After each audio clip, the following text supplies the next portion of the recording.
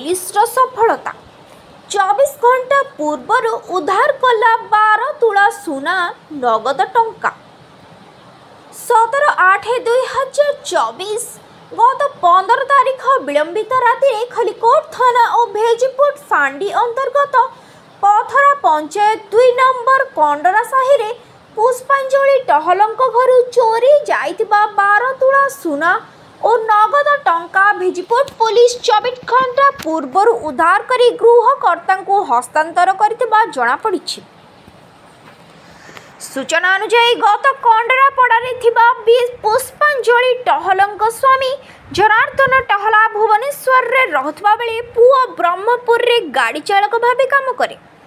तेबे सेही दिन राति पुष्पांजलि तांको घरे ताला पकाई निकटरे थिबा तांको संपर्कीय भौणी घरे रात्रि जापन पाई चली जाइथिले।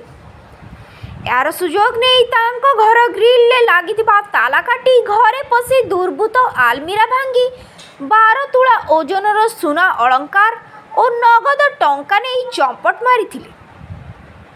गत 16 तारीख पुष्पांजलि स्वामी जनार्दन चहल भेजीपुर फांडी रे एक एतला देवा परे पुलिस 667 रे मामला रुजु करी विभिन्न सीसीटीवी जांच करिबा परे पुलिस भेजीपुर निकटस्थ ओडीआरपी कॉलोनी रे गत 1.5 वर्ष धरी रही ठेला गाड़ी रे जलखिया दुकान करी रहुतबा खोर्धा जिला चांदपुर रवि साहू 35 को पुलिस अटक रखी जेरा करिबा परे चोरी करितबा स्वीकार करिथिला।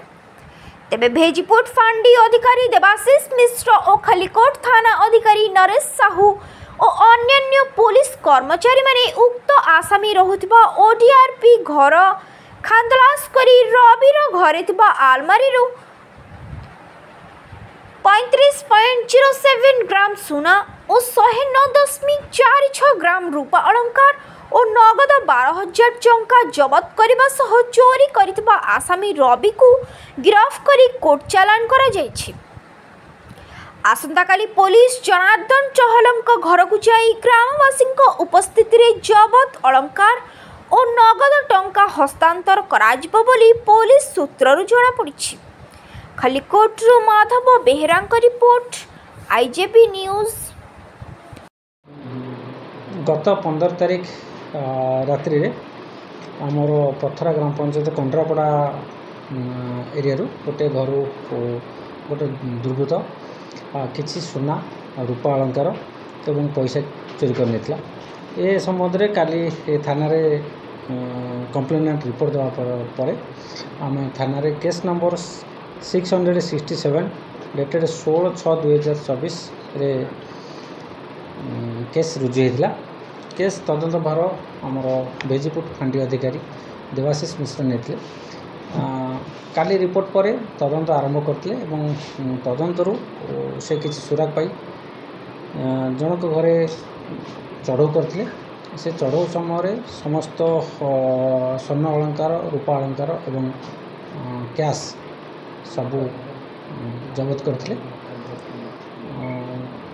साक्षी मान उपस्थित रे से समस्त जिनस से नहीं देखा एवं कंप्लेनेंट तार जिनस चिन्हला। ये केस रे समस्त चोरी होता समस्त सुना रूपा एवं कैश आम रिकवरी कर पाखापाखि केते सुना केते रूपा रिकवरी होती केते टंका रिकवरी सुना आमर रिकवरी होती 35 ग्राम और रूपा 110 ग्राम एवं कैश आमर रिकवरी होती 12,000 टଙ୍କା। सर आगे कहवा जो चोर को बर्तमान रिटर्न कराला से चोर आउ कौन चोरी संपुक्त थी किसी तथ्य मिल पारे इनक्वारी चली आम पाइला आम जनइबू।